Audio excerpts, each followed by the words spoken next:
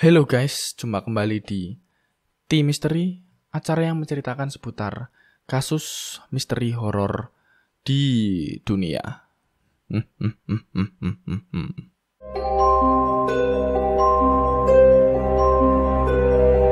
Gak kerasa ya udah H+3 lebaran. Oh ya, sekali lagi mohon maaf lahir dan batin ya gengs, kalau ada tutur kata yang kurang berkenan. Nah, kalian kalau udah H+1, H+2, H+3 tuh kalian ngapain aja nih? Mungkin kalau sebelum ada pandemi, ada yang mudik, ya kan? Ada yang bersilaturahmi ke saudara atau ke teman-temannya. Berhubung sekarang tuh masih masa pandemi, maka silaturahmi sama mudiknya pakai virtual aja ya gengs. Ngomongin silaturahmi nih, katanya silaturahmi itu bisa menambah umur loh.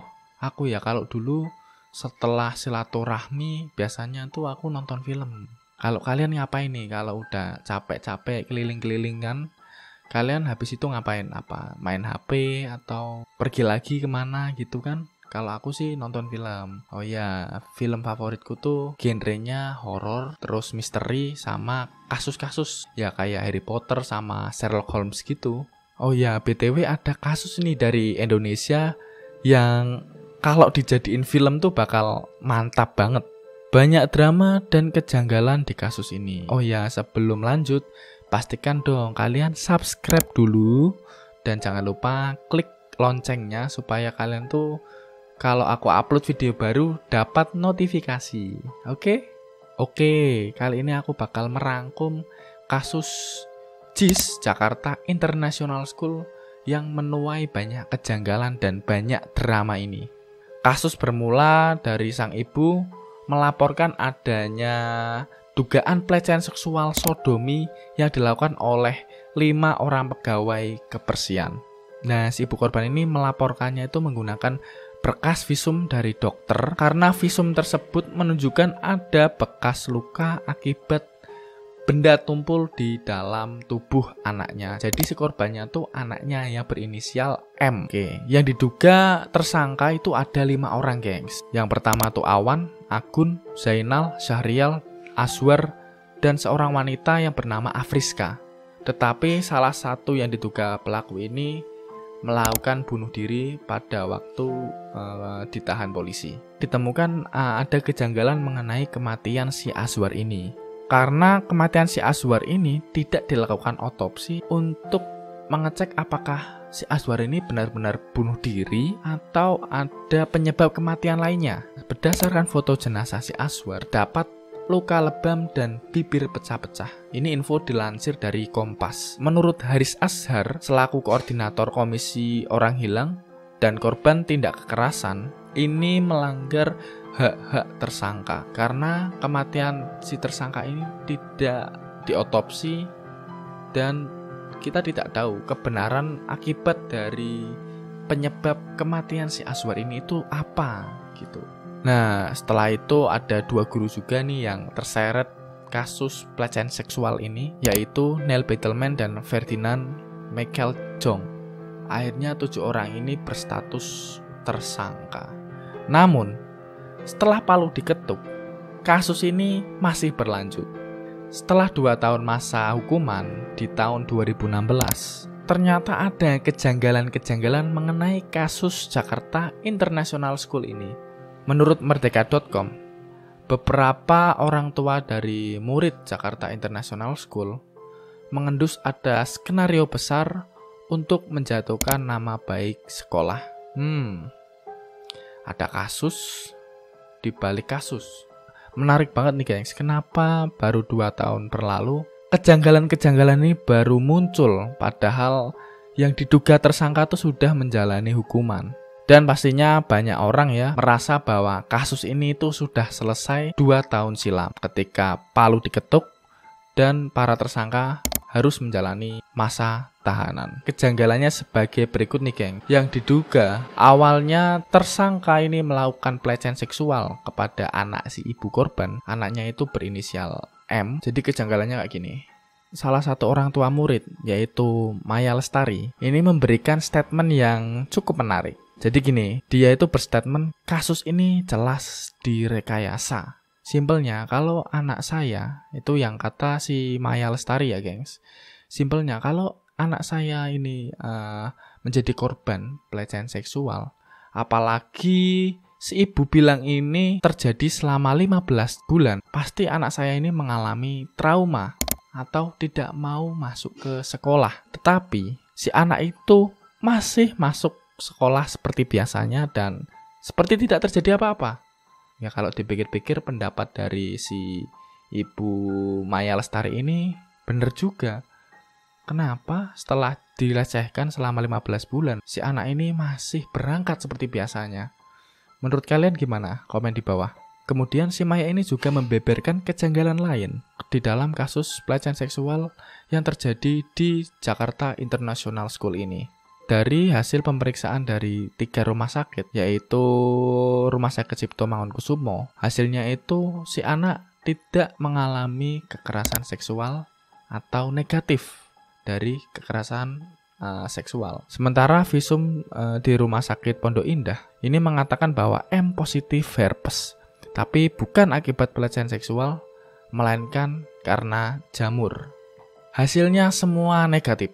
Jadi kalau dipikir-pikir kembali, kok bisa kasus pelecehan seksual ini bisa terjadi?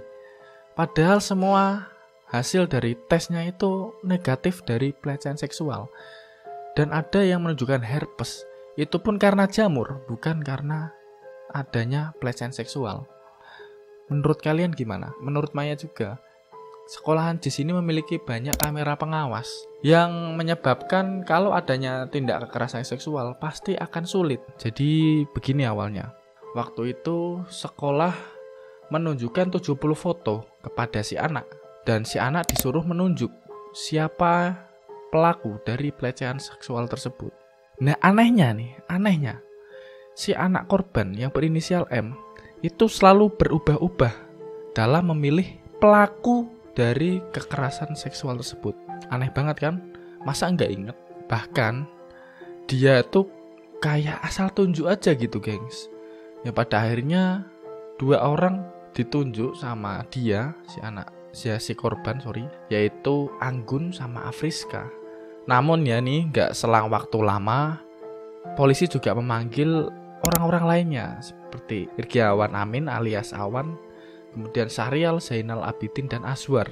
Tetapi setelah 2 bulan menjalani proses hukum, orang tua korban melaporkan ke Polda Metro yang menyatakan bahwa ada 2 guru JIS yang telah melakukan pelecehan seksual juga. Kedua guru ini, ya sudah saya sebutkan tadi, yang bernama Neil Battleman dan Ferdinand Jong. Akhirnya dia diperiksa oleh kepolisian. Nasib mereka pun sama dengan petugas kebersihan yang dijadikan menjadi tersangka karena kesaksian korban. Menurut Maya dan orang tua lainnya percaya bahwa mereka tidak melakukan tindakan kriminal kekerasan seksual kepada si M dan menduga bahwa kasus ini adalah rekayasa belaka. Ada kasus di balik kasus. Oh ya, pihak korban juga menuntut ganti rugi sebesar 1,6 triliun rupiah. Mantap. Yang pastinya kalau itu buat beli kolak ya buat sekota ya. Ini menimbulkan banyak kecurigaan bahwa kasus ini direkayasa dengan motif mendapatkan uang. Menurut kalian gimana? Komen di bawah.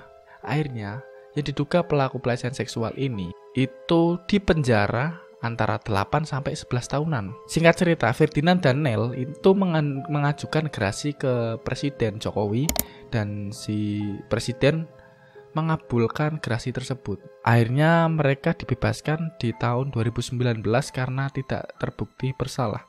Cukup aneh ini kasusnya, udah menjalani hukuman ternyata nggak bersalah. Walaupun ditemukan banyak kejanggalan, banyak drama di kasus kali ini, tetapi proses hukum tetap berjalan. Akhirnya gugatan 1,7 triliun dari ibu korban ini ditolak oleh Pengadilan Negeri Jakarta Selatan karena ibu korban melalui pengacaranya tidak dapat membuktikan bahwa tersangka melakukan pelecehan seksual terhadap anaknya.